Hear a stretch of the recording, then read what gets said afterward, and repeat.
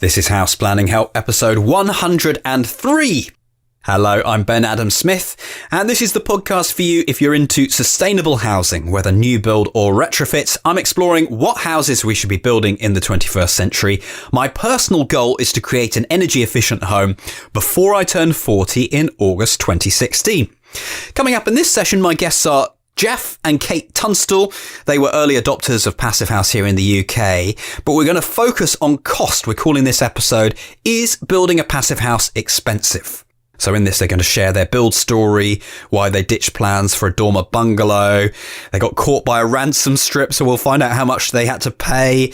We talk about getting the most from their budget because it was quite a small, tight budget as well. They didn't have much of a contingency, so around about the £150,000 mark. They'll go into more depth on that. And then they've got the full 5 years they've been living there. What has it been like? So lots to dig into in a moment. However, you might realise that I've been looking for land for some time now. It's probably coming up to a year, I should think. Although I've been doing this podcast for 3 years, undoubtedly the first bit was just researching. I probably should have been looking for the plot at that time had I realised. But there you go. So we've put in our second bid for a plot of land. It's a slow process to find something. You don't want to invest in a plot of land you're not happy with, but we think this could be good. It's in the very centre of a village. And I wanted to encourage you to do what perhaps I've done by accident, but we wanted to speak to neighbours all around to get an idea about this plot and whether they were happy with someone coming in and building a house there. So it seems to be generally positive, but what's more impressive is the amount of information that I found out through doing it. For example, I got a full history of the plot. You get information as you go to buy a piece of land. Nothing like this though. I uncovered an issue with drainage that would have to be sorted quite early on. I got the full story on some access issues, so there's no way I'm buying this piece of land unless those issues are resolved.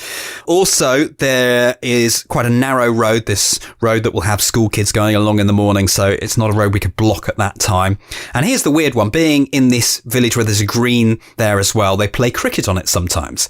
And the owner on one side said, well, at certain times, they get a cricket ball that might come into the garden. So that's something to bear in mind too, to think, wow, maybe something clever architecturally, certainly not a wall of glass facing the cricket square. We don't want that. And also, it was very interesting to get their idea of what the plot of land was worth. I've done all my sums, and actually we make it worth a lot more than that. And hopefully we're not throwing money out the window here, but we've put in a much higher bid. We just want some land, please. It's sealed bids as well, so it's also who are we up against? We have no idea. We should find out in the next couple of weeks. It's going to be interesting. Let's move on to our interview for today with Geoff and Kate Tunstall. As I mentioned, they live in Denby Dale Passivhaus.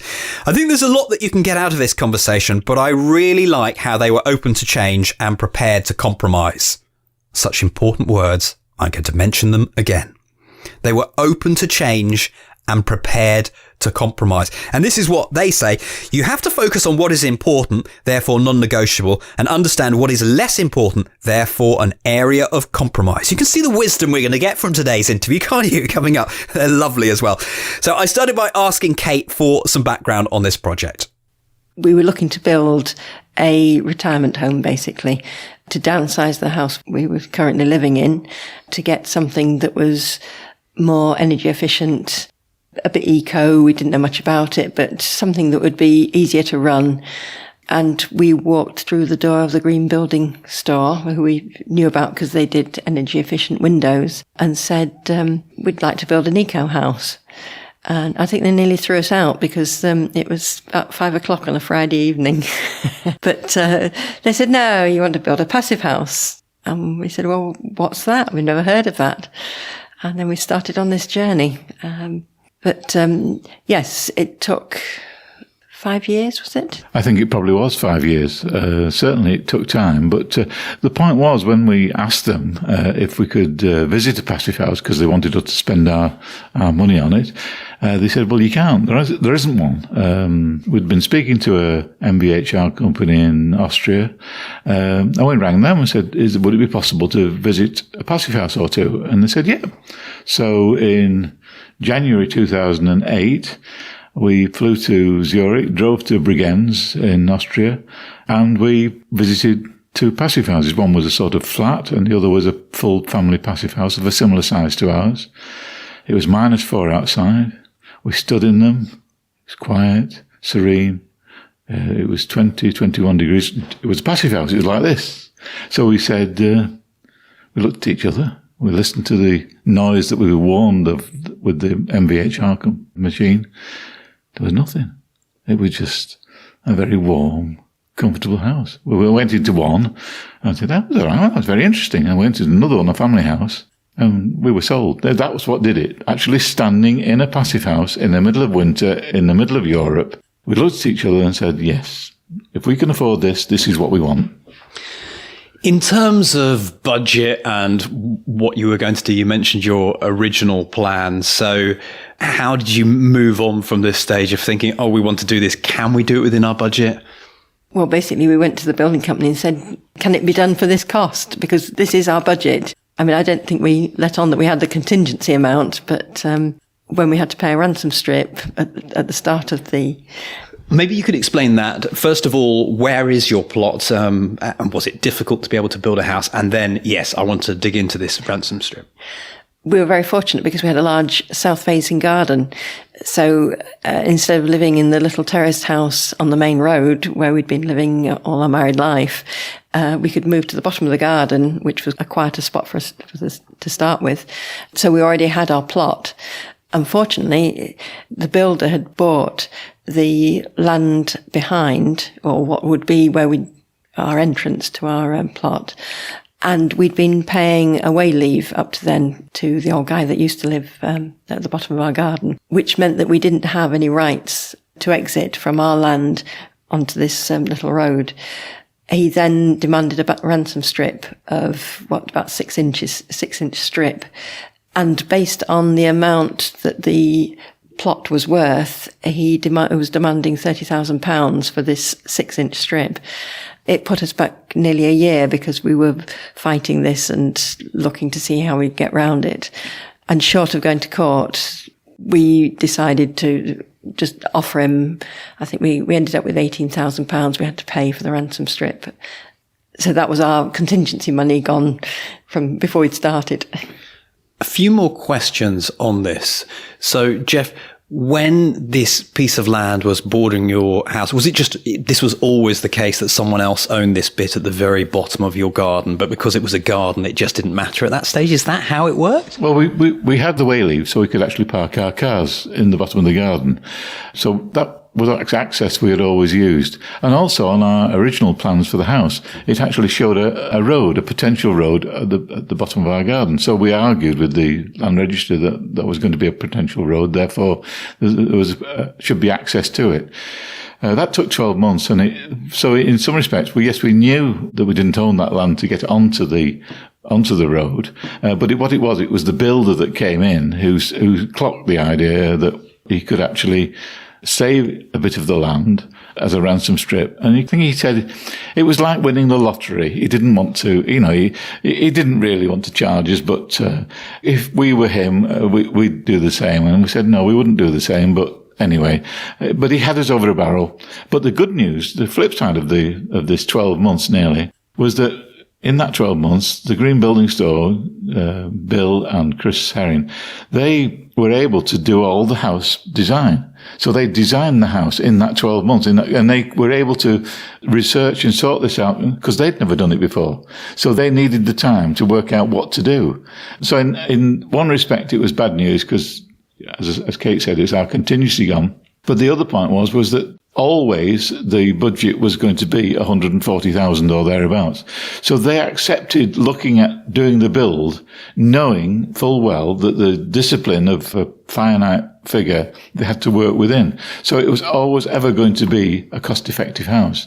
And what the delay meant was, one, we didn't have the contingency because that had gone, but two, they were able to sort out all the bits and nuts and crannies of what they were going to do when they built it, so that when we did shell out for the ransom strip and said we'll go, the system was go, the house was go, that it was very straightforward then because they'd done all the prep. Just before we move off the ransom strip, is there any advice that you can give to people who might be buying a piece of land where the same thing could apply and perhaps they might miss it? Is there a lesson that you've learned from this? Well, you just have to look very carefully. I mean, I think we were perhaps a little naive and we are unfamiliar with the legal side of it. So it may well be that you get someone legal in to have a look at things before you put your money down. Or alternatively, the other thing to do is obviously you can apply to a land registry online to see who owns the land that you're thinking of buying or the plot that you're thinking of buying, and that will give you the ownership of what is around that plot. And that's how we found out that this guy had recently put in a ransom strip extra to make sure he got what he was after was £30,000. What he got was, I think it was £18,000. So it's all negotiable anyway, but it was a bitter pill to swallow. Sorry, I have one more question on this. Yeah. Did you play a bit naive and say, well, we perhaps won't be building our house then? Was there a strategy to make it? Yeah. Yes. And that's why he came down, he dropped from 30,000 to 17, I think it was. We actually settled with him another 1,000 for the solicitor's fees. But the reason he came down was that he suddenly realised that this was our contingency. That was all we had. He'd get nothing or 17. So he went for the 17. So you just have to explain that that's it. You have to do barter in a way, but it's a horrible thing to do because what you want to get on and do it, but that's what we had to do. As I say, the serendipity was we used the time well. How big was this house going to be? What were the factors? And then in front of us, let me describe, Kate, I've no idea how you've done this. We'll show a picture in the show notes, but you have created a model that helped you get to grips with the layout of Denby Dale Passivhaus. Well, initially, when we were thinking of a house, before we went to the Green Building Store, I had in my head that you retire to a dormer bungalow. The house we used to live in had 3 sets of stairs, 3 flights of stairs. So I was very keen to get rid of stairs. When it came to it, you look at the plot of land you've got and it wouldn't have been practical. It would have been a very small bungalow and it would have taken up an awful lot of ground space. So they were recommended to us that we have a first floor, 2 floors, which is why we came up with this design. I had trouble working with a 2-dimensional plan and what it meant. And I think I got the idea from one of the self-build magazines, just basically to cut up a plan, stick it on balsa wood and make it 3D. And you start to get a feel of what that size means. I think I put some little beds inside as well to get an idea. Can you get a double bed in this space? Can you get a single bed in this space? And whatever. It helped us as well when we were trying to explain things to the building team. Because we're on site as well, it was very useful because we were able to watch daily what was happening. And if there was anything we wanted to explain to them, we would trot down the garden path with our little model in hand, and you could see them groaning as we walked towards them. Oh no, what do they want doing now? What change do they want now? But yes, it helped certainly to explain. Geoff, maybe you can take us through the actual design that you finished up with, because along with being a passive house, you actually have a solar element that is not necessary for the design, but it was something that you wanted. Yes. The house we used to live in was a 250-year-old cottage in Denby Dale. It was a cottage and a shop. It was 2 houses. And it was dark, it was drafty. It wasn't too bad in terms of, it was our home. And so we thought that was okay. But what we wanted was something with light in it, something that was warm and something that didn't have any drafts in. We wanted a modern contemporary home. So when the issue of Passivhaus came along, we were thinking of a house with a conservatory on the front, and that was our first thought. But when the Green Building Store tried to model that in passive PHPP planning, it wouldn't have it, and the Passivhaus Institute said, no, it's got to be part of the fabric. And so they remodeled it with the solar space that we have, because what we wanted was light to permeate all the way across the house. In fact, in midwinter, the light permeates right through to the back wall and halfway up the back wall in the living room.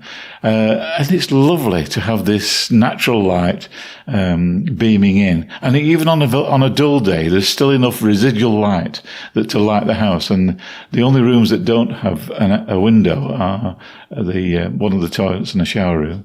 And so consequently, we were thinking, one, of energy. You don't have to light something, fair enough. But the more important thing was to get light and warmth through the whole fabric of the house. And one of the things we pushed for was a solar space, a 2-story solar space. And it's one of the things that caused difficulties in the construction, but we stuck to our guns because that's what we wanted in the design. But the beauty was that with the Passivhaus planning package, they dialed in the different criteria, and it works. On paper, it worked. So that we knew that when we came to building it, as long as it was built to the same standards as it was described, it would work. It would predict the performance. And it has done very accurately. It's been very salutary that is the case, that Passivhaus, because of its planning process, is able to predict very accurately the performance of the house. And again, being able to use the model, we found that the bedroom window in our current bedroom, because it was made small on the north-facing wall, it actually looked pokey. And you were much more aware of that with the model, because you could see how much light there was coming in. And even with the solar space, it made it because it was a small aperture, it's a very dark room. I mean, you don't need a lot of light in the bedroom anyway, but we looked out onto our garden and we wanted to see out. So we said, no, we'd like the window a little bit bigger, please. And it was a matter of going back to the PHPP, and I believe they put extra insulation in the floor to compensate. It was actually higher performance insulation. They were able to get off now some higher performance insulation for the same cost as a less performing one. So what they did when they got that, it meant that it gave them the leeway then to make the windows bigger in the rear of the house. So again, it was a very useful design tool to be able to move things about to get what we wanted. One of the interesting aspects of this, in terms of what we can link up in the show notes, is that you've been very open about the costs and that you've built this on a tight budget. So we can see where the money's gone. We'll link to the Green Building Store blog on Denby Dale Passivhaus. Take us through that build process, and was just everything on track? Did you get nervous at all about the budget at any stage? Well, probably all the time. I can get very nervous about money. But we used to have 2 or 3 weekly meetings with the guys from the building store.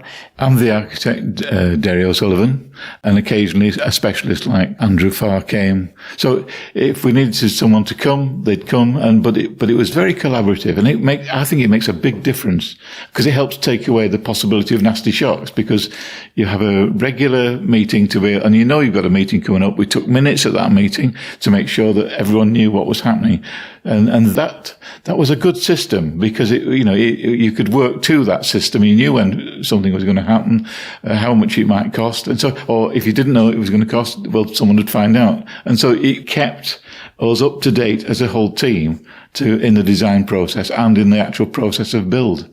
And then the fact that we were living on site meant that daily you could see what was going on. Daily you wanted to see what was going on. And if there were any little things that needed changing, it was easy to change them because not much had taken place. An example I can think of is I came home one day and they'd started on the first floor and putting in the window apertures. And one of the windows was out of line with the window beneath it, only by about a brick distance, but it looked so wrong. You could see it. And they went back to their plan and said, well, this is what I said, well, no, it needs changing. But it only meant one course of bricks had been laid. So, it wasn't a big deal. And so I think living on site was an important factor in probably keeping to the budget as well. What was the biggest challenge through the build?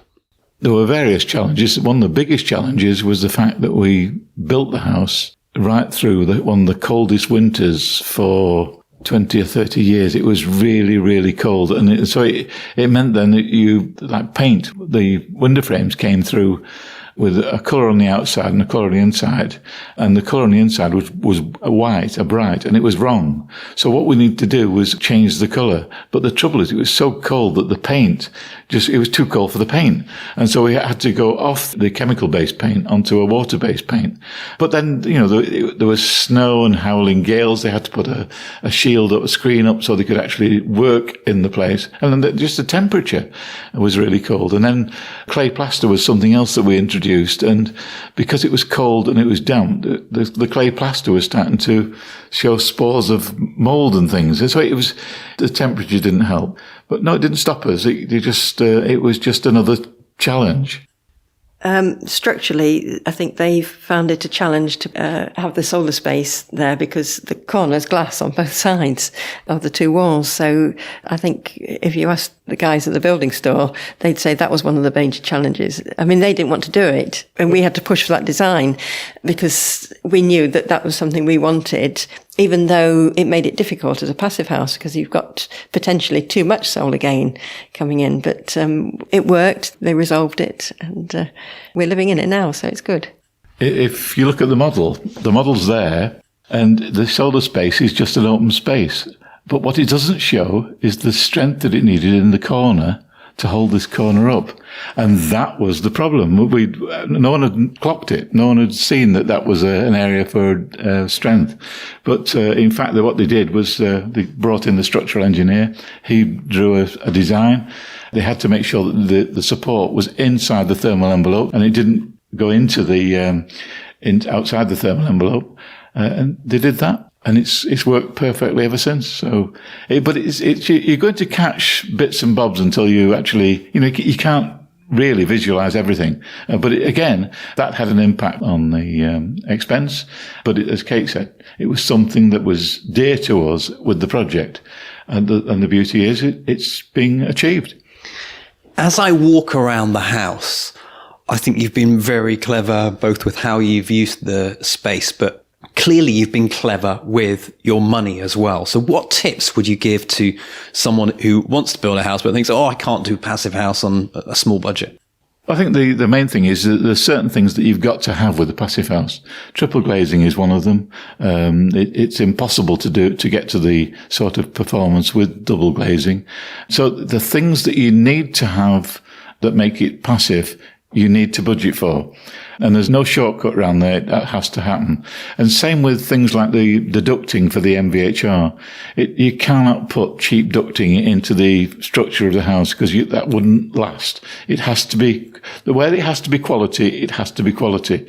Where we saved money was we've used kitchen furniture, kitchen from Howden's. We've used inexpensive lighting from IKEA. If you search around, you can find reasonable design answers to what you require.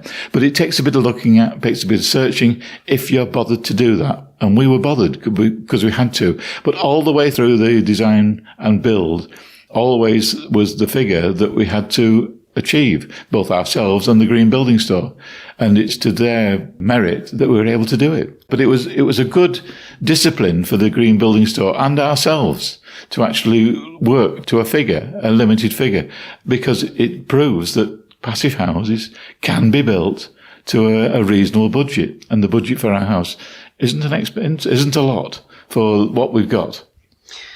You've lived here for 5 years, which is something quite good. We haven't chatted to too many people in the UK who've got that experience. So what have you learned? How has it been for you? It's been very good. It's been excellent. It has done everything we wanted, and it's warm when we need the warmth. It's fuel efficient, energy efficient. We wanted a house that we could retire to that didn't have the big bills. It does that. We wanted a house that would keep clean easily. It does that. What we've actually found, and I hadn't realised before because we were focusing really on how much energy we would save, is how much it's important to have a healthy house, because it has the mechanical ventilation system. All the air coming in is filtered. With the triple glazing, it's a very quiet house. it makes it a very calm and tranquil and healthy place to live. And that must benefit us in our old age, if for nothing else. And is there anything that, with all the knowledge that you had, that you would do differently? Not really. We actually did put in underfloor heating in the kitchen and in the bathroom. And the reason we did that is because the Passivhaus that we visited in Austria actually had underfloor heating in the bathroom. And we thought, he said, there's a point to that. He must have done it for a reason. And we didn't know how efficient the house was going to be. So there is underfloor heating in those 3 areas, and it's never been used. It's never been used because the 21 degrees is throughout the house, through the floors, through the walls, through the ceiling, and £120 a year for a comfortable, warm, healthy, quiet, serene environment is something that I think should be replicated in all new houses for the future. And this self-build journey, as you reflect back on it, and perhaps to encourage others who might be doing it, how was it overall? Yes, it was very good. I mean, we got on very well with our building team, but I think you have to make sure that you work at that and keep the communications going. Like we had the fortnightly 3 weekly meetings. And I think we all tried to work at a compromise or whatever the situation needed. What I would say is that if a self-builder is thinking of a self-build house, you have to address Passivhaus. You have to visit a Passivhaus, because I think once you've done that, one way or another, you will build a Passivhaus. It's too good an opportunity to miss. It may cost a little bit more, but it will pay itself back in 3 or 4 years. And thereafter, well, from the word go, and from thereafter, you will have a very warm, comfortable house that will continue to protect you from price rises, from fuel and energy. And that's one of the big strands about Passivhaus. It future-proofs against the vagaries of the economic system. Things are not going to get cheaper before they get dearer. And a Passivhaus is well worth the extra you pay at the start, because you get the benefits on and on and on. Well, I would like to commend you, because I know that not only have you been through this process, but you have shared it in multiple different ways online and taken your own time to get the message out there. So, Geoff and Kate, thank you very much. It's been a pleasure. Thank you very much. And I hope you get your own house one day. Me too. Each episode comes with show notes, an online reference point for you, which today will include our main points of discussion, or you can read the full transcript all over again. We've got photos of Denby Dale Passivhaus, we've got links to Green Building Store, and of course you can leave a comment or ask a question at the bottom of the show notes. houseplanninghelp.com/103. We're also working on a 3-part video series called Self-Build Success Stories, and Denby Dale Passivhaus will feature in one of those videos. This will be free to our email subscribers, so I'll let you know when that becomes available.